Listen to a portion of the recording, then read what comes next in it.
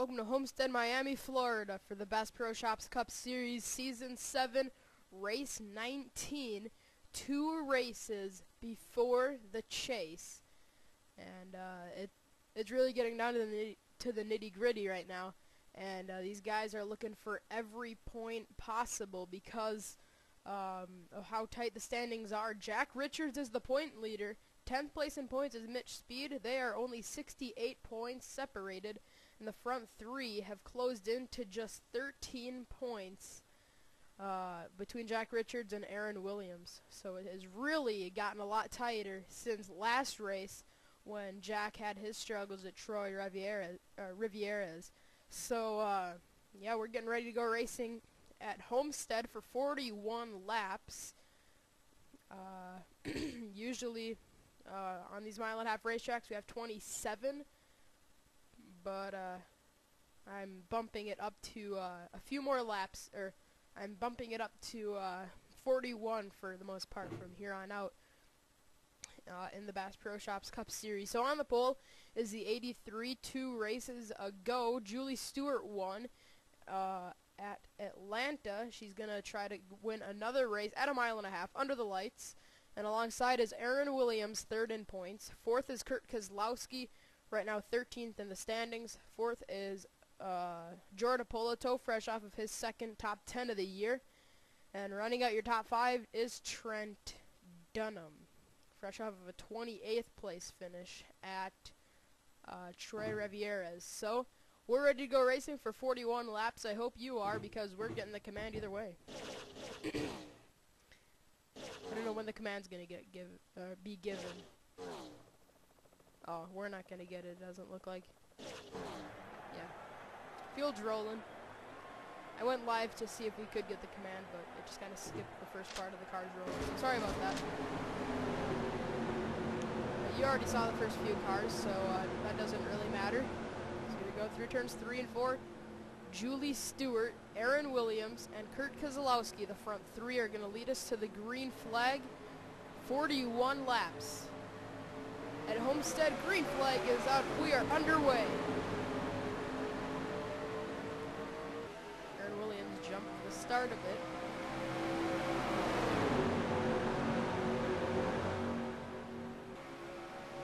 Coming out of turn 2, cars are getting really tight already, but it's Julie Stewart hanging on to the lead. Kurt Kozlowski is going to look to the bottom in 3 and 4. Comes Dunham 3 wide for the point, coming out of turn number 4. Really tight. Look out, boys and girl. Julie leads the lap. As we stay green, Aaron Williams. Ooh, he pinched his nose in there and nearly wrecked. Somebody might have just wrecked. Yep, big wreck. Cole Freilich is into the outside wall. Sam Young is in the wall too. That's it. Pretty simple. Pretty simple wreck. I saw somebody on the apron in 1 and 2 and it was not going to go over very well. And it is Kurt Kozlowski leading out of turn 4. He wins the race back to the line. Looks like everybody safely made it down the front stretch. The race back to the line was clean, but turns 1 and 2 weren't. Cole Freilich and Sam Young are wrecked. Let's get a replay. Well, two separate incidents. Sorry. 10th place in points, Mitch Speed turns Cole Freilich, and Eddie Jones and Seth Cole somehow missed him. I thought it was 2 separate incidents, but it turns out it wasn't. Sam Young hits the outside wall. Ooh. Anthony Emery, Zach Buchanan, they do a good job missing the spinning 44. But that was a great avoidance by Eddie Jones. Here we are on board.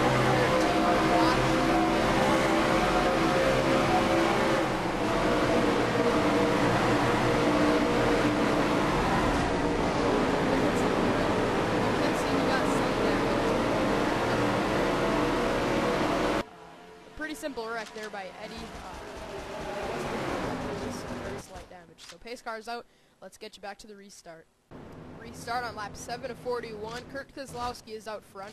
2nd is Jordan Polito. 3rd, Julie Stewart. 4th is Trent Dunham. And 5th is Jack Richards. 6th, Aaron Williams. 7th, Chris Summers. 8th, Justin Muse. 9th, Sean Galligan. And 10th is David Rochester. Justin Muse restarts 8th. He is last in points Figured we should point that out. But here's a driver that is fresh off of 3 22nd place finishes in a row, and right now he's running 25th. Randy Carpenter, 41st in points. We saw Andrew Schwartz do that last season, but it wasn't 22nd place finishes, it was 5th place finishes. That was on a big streak for Schwartz. And I think he ended up with like a 6th or something. Right after his streak of top or 5th place finishes. So the green flag is back out. Racing once again here at Homestead. I think it was 4 5th place finishes in a row for Schwartz last season. Now I don't think I changed the drafting distance on this track, but they are going berserk, just pushing the crap out of each other. And here comes Julie Stewart looking for second underneath Jordan Apolito. Apolito 39th in points. He needs a win to make the chase. And I don't even know if that'll do it for him. I think he might be mathematically done. We're going to do some calculations after this race because then we're off to Talladega. And after Talladega, we're off to Auto Club for the first race of the chase. Season 8 is going to be a great season. Drivers are going to be able to choose their own sponsor, make, and number. And that's going to be a great season. Kurt's just barely going to edge out Apolito with a stripe. Kurt has won a few times in the series, but he's been pretty disappointed. He hasn't been able to win a race yet this year. He's come close, remember, at Charlotte, the Coca-Cola 600. Had such a good shot at winning that one until late in the going. His son, Carter Keselowski, was able to beat him out.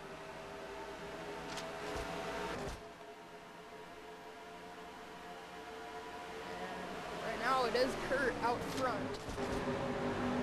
Whoa, Dunham is up the track. That was a little bit too much assistance from Jack Richards by the looks of it. We talked about Richards before the race. He has been the point leader since, I know he was leading the points after race 4, because I was just looking at those standings.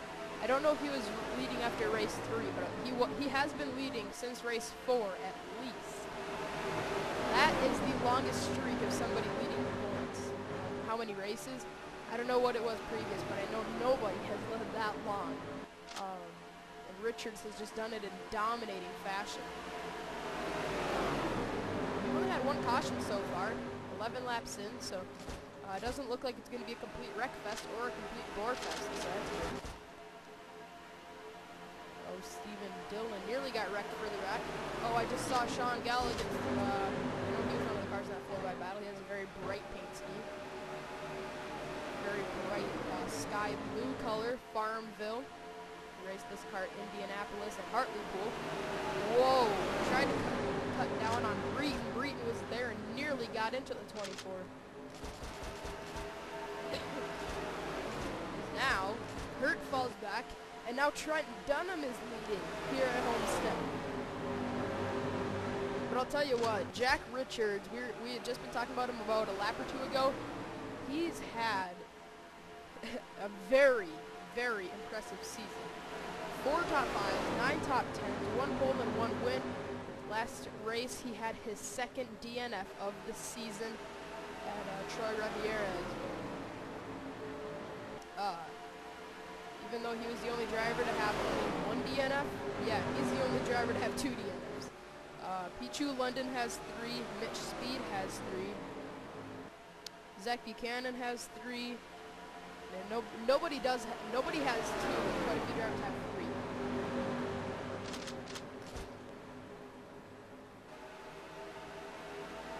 Dunham is going to lead at the line, lap 15 of 41. 11 of Richards to the bottom. Richards has won a race earlier this season. Now that may have been Texas, and if it was Texas, then Summers won at Talladega.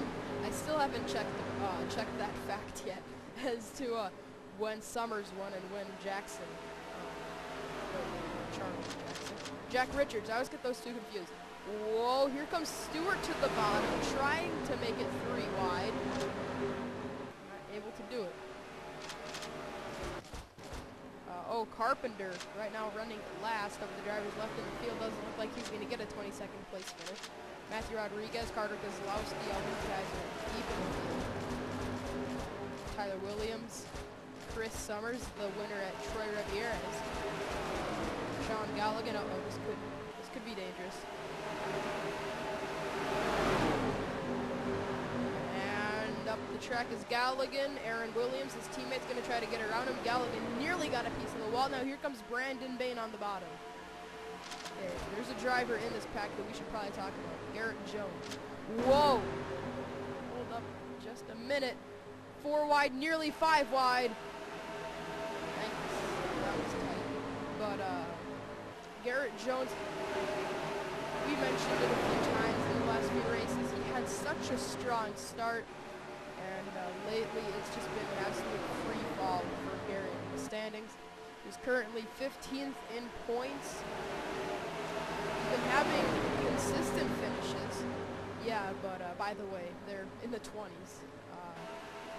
Garrett's just not been able to catch a break in the last few races. This is not the time to get bad finishes, because the chase is just around the corner. Pretty much literally on that.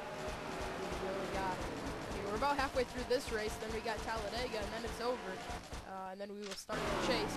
And this is what Trent Dunham needs to do, is win this race. He's 33rd in points, still has a shot at making the chase if he could win. If he doesn't win, Trent, you can kiss your chance of making this chase goodbye. He's going to have one more shot after this if he doesn't win this one. That's going to be a Talladega. Dunham has come very close this season. Cam Valley and Martinsville are the two that come to mind when I say that. Cam Valley, he had a good run going, and then the engine blows. And then I think at Martinsville he was starting near the front, and I don't know if he even started that race. I think he started near the front and just kind of faded back. He had a good car in that race. So Dunham has had a very good season, just hasn't had the finishes to show for it or the point standings rank to show for it either. Kurt Kozlowski looking for second. Courtney Simpson and Julie Stewart are in that party. Now here comes the 78 of Jordan Ippolito and Breton on the bottom in the 43. Simpson edges Kurt at the line. That's for second. As it is. Whoa. This is going to be a little bit dicey back here. Jack Richards, the point leader, then the last in points is Justin Muse. They're both in this pack. Let's see, is anybody outrunning Dunham? 3. No. Nobody is outrunning Trent Dunham. He's in clean air. Second place is still a battle between Simpson and Kozlowski. Right now, Courtney is getting the better of him. Where's the other Kozlowski? Let's see if he can come in and join this party. I don't think he's going to be able to, because he is still running deep in the field, somewhere around the 35th spot. And this front area, because right here, this could get a little questionable. Rochester backs out of it, and that's a good call, because if he would have kept it 3 wide, I think Brandon Bain was about to make it 4 wide, and at Homestead, that's probably not going to work. So, they come down the back straightaway. Ooh, Simpson is catching Dunham. Whoa, she was a little bit over a 10th quicker than the Bassett Pro Shops Chevy.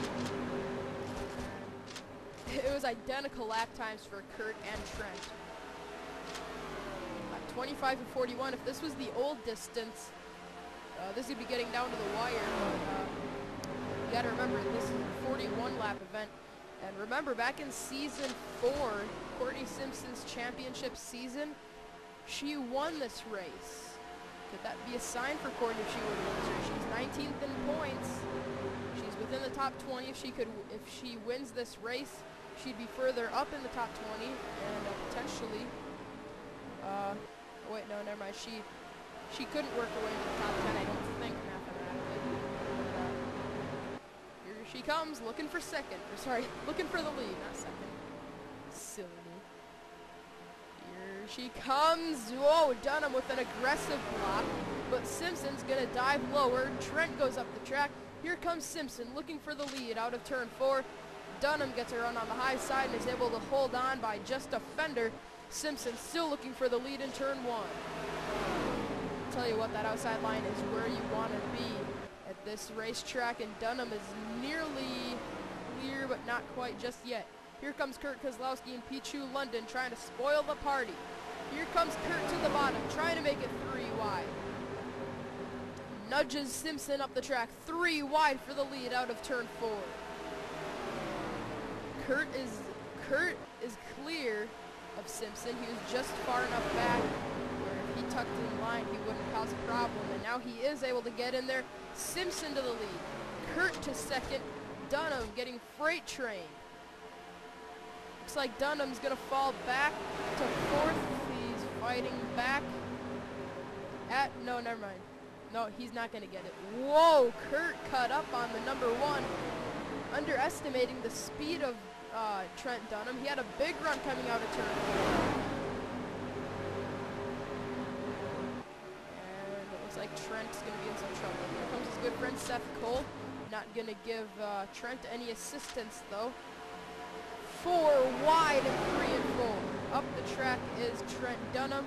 And by the looks of it, it looks like this might be another chance that is pretty much gone aflame for Trent. Gone up in smoke, I should say. At least it's not literally. At least he didn't wreck or anything to eliminate him from this race. It's just he got freight trained and he's trying to fight back. But with 12 to go, I don't know really how legitimate that is that he could get back to the front. I wouldn't count him out though, as we got just 11 laps of racing to go. Now Courtney Simpson out front trying to win her 2nd race at Homestead. To be the 3rd of Simpson's career. She won season 1 at Pocono. She won season 4 at this very racetrack. Now she's trying to win another event here at Homestead. You gotta remember, if she does win this race, it'd be 2 of her 3 wins would come at this very racetrack. I can't remember when Homestead was back in season 3, but I know it was before round 19, so that means it's before at least 4 seasons, over 100 races since Courtney Simpson has last visited Victory Lane. And that is incredible. So, wow, if Courtney could pull this off, that'd be huge. Oh, wait a minute. No, it hasn't been 100 races. No, sorry. Let's see. So, season 4 to season 5. That's 25. From season 5 to season 6, that's 50. Yeah, it's going to be about 78. It's actually going to be about 80 races. Let's just put it at that. About 80 races since Courtney Simpson has last won a race. And now she's just got to hold on for 8 more laps of racing. Yeah, because when I remembered season 4 and that being over 100 races ago, I'm like, that's not it. I'll tell you what, Dunham is fighting back. We counted him out already, but now I'm regretting that because he is closing late. Here he comes, trying to pass Pichu London for the 2nd position. He's got 7 laps to get there. Will he run out of time, or will he run down Courtney Simpson? Oh, he got a little bit loose. Pichu got to run on the outside. Here comes Stephen Dillon and Kurt Kozlowski fighting on the inside. And now Pichu London looks for the lead in 3 and 4. Simpson's going to get some high side momentum. Oh, but Pichu is there. Pichu gets up alongside Courtney. Courtney has to fight back. She's got 6 laps to hold off the 56. Pichu has a win earlier this season at Phoenix. That was race 2. Hasn't won since.